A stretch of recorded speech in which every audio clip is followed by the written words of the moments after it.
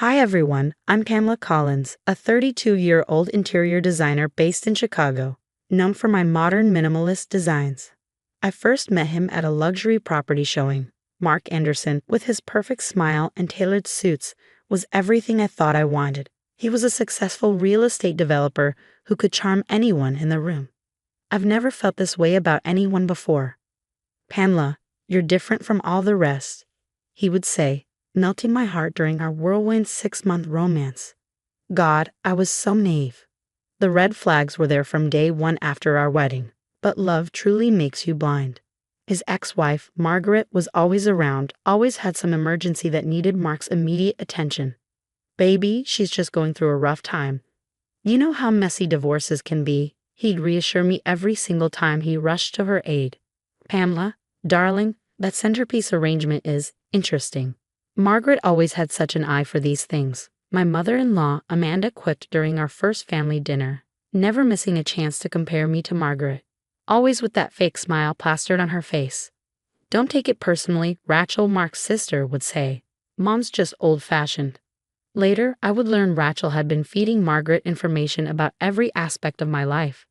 Thank God for my best friend, Megan. "Something's not adding up, Pamela. The way they operate, it's like a well-oiled machine designed to break you down."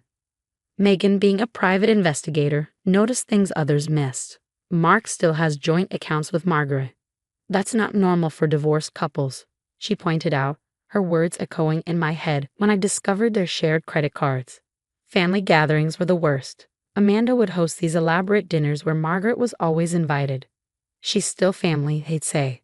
I'd sit there, watching them share inside jokes and memories, while I felt like an outsider. Margaret was just telling me about the charity gala she's organizing. "Pamela dear, what have you been up to, besides decorating?" Amanda's subtle digs became more frequent. Then I met Marcus at a business event. "You're Mark's new wife." "Interesting." Margaret never mentioned he was officially divorced. The look in his eyes told me there was more to the story. The emergencies with Margaret became more frequent. Her car broke down, she needed help with paperwork, she was feeling down and needed support. "Pamela, you need to be more understanding. Margaret's been part of this family for 10 years, Mark would say, making me feel like I was the problem. But little did they know, I was starting to see through their perfect facade. Megan was gathering information, and I was keeping detailed records of every incident, every manipulation, every lie. They thought they had me cornered, playing the role of the naive new wife, but they had no idea what was coming. "Could you bring us some more tea, sweetie?" Amanda's voice dripped with fake sweetness. I walked into the living room, tea tray in hand, and froze. There was Margaret, standing in my wedding dress, the one I'd worn just 8 months ago, posing for the annual family photos. What the hell is going on? My hands shook as I set down the tray. "Oh, Pamela, don't make a scene. It's a family tradition," Mark interjected in that condescending tone I had grown to hate. "The Anderson women always wear this dress for the spring photo shoot." "Family tradition? This is my wedding dress. I bought it with my own money." "You're being hysterical," Amanda chimed in. "Margaret wore it last year, and Rachel the year before that."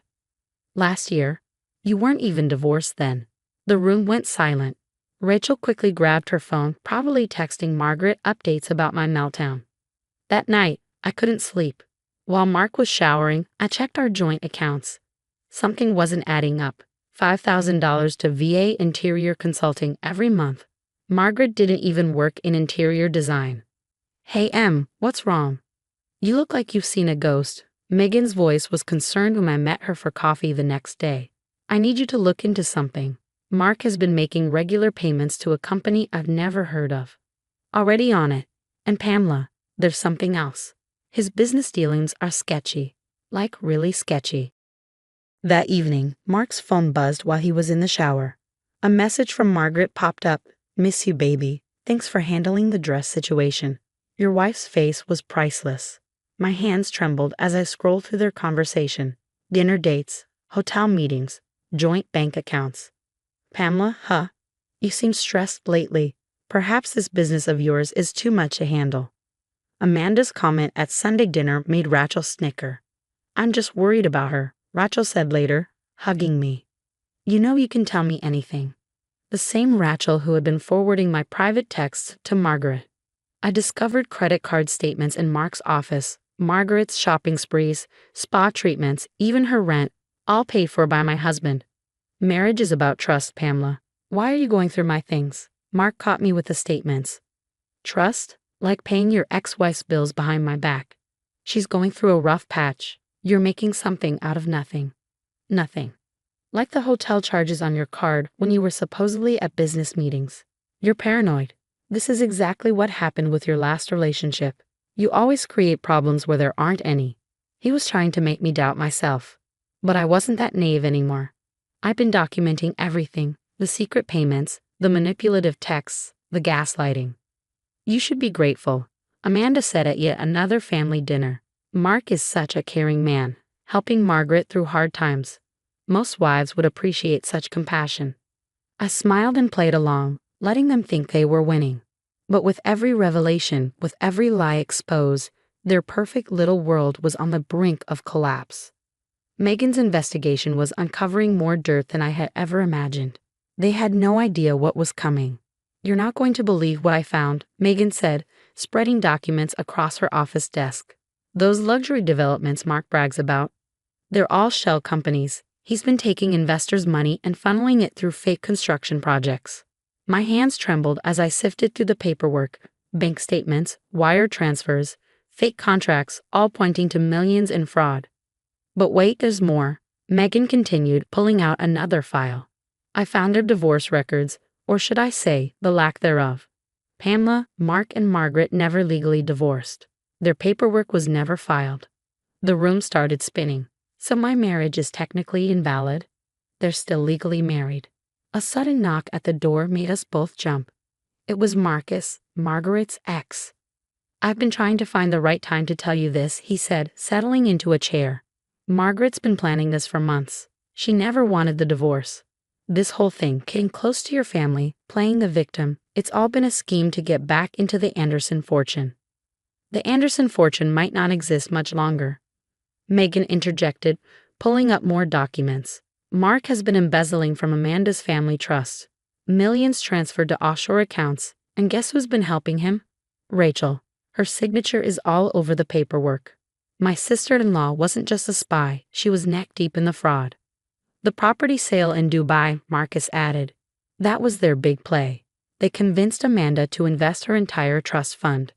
I had been recording everything, every gaslighting conversation, every manipulation. Hidden cameras in the living room caught Mark and Margaret's secret meetings. My phone recorded Amanda's veiled threats. You're just confused, Pamela.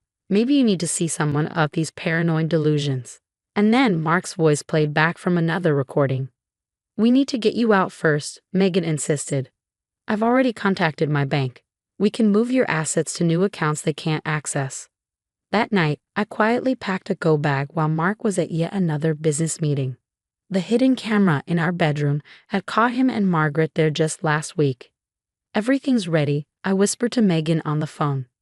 The cameras are set up in every room. I've backed up all the evidence to secure servers. The FBI is very interested in those real estate schemes, she replied. And the IRS has some questions about those offshore accounts. I acted normal at dinner with Amanda, who was as condescending as ever. These headaches must be so hard for you, Margaret, she cooed across the table. Thank goodness Mark is here to help. Of course, Mother. Pamela understands, don't you? Rachel smirked. I smiled back, thinking about the evidence I had of her forged signatures on trust documents. Absolutely. Family comes first, right? Later, I overheard Mark on the phone. Everything's set for the Dubai transfer once Mom signs those papers tomorrow. I slipped away to text Megan. It's time. Set everything in motion. They thought they had the perfect plan. The manipulative ex-wife, the controlling mother, the two-faced sister, and my fraud of a husband. But their house of cards was about to collapse, and I would be there to watch it burn. The next morning, I stood up in the middle of Amanda's meticulously planned family brunch. I've called this family meeting because I have something important to share.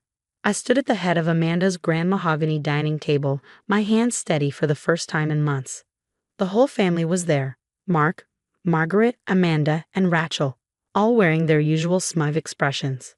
First, let me congratulate you, Margaret, on your 10-year wedding anniversary. I began, my voice steady and clear. I clicked a button, and their actual marriage certificate appeared on the projector screen behind me. Still legally married to Mark. I see. That's ridiculous, Mark started, his face flushing. Save it, I cut him off. Here's your attempted divorce filing, never completed, never filed. Which means our marriage, Mark? Completely invalid. Bigamy is still a crime in Illinois. Margaret's face went pale, and Amanda clutched her pearls, her eyes wide with shock. This is absurd, Amanda sputtered. Oh, I'm just getting started, I said, turning to face her. Let's talk about the Dubai investment. Another click showed a series of bank statements on the screen. Your entire family trust funneled through shell companies. Want to guess where the money really went? Asterisk Mark would never. Amanda tried to defend, her voice cracking. Show them, Marcus, I called out. Marcus stepped into the room carrying a stack of files, full documentation of the fraud scheme. Margaret's signature is all over everything. She never stopped being involved in the business, did she? I turned to Rachel, my sister-in-law. And you, Rachel? Those forged signatures on the trust documents? The IRS is very interested in those. You can't prove, Rachel started, but I cut her off by pressing play on the security footage.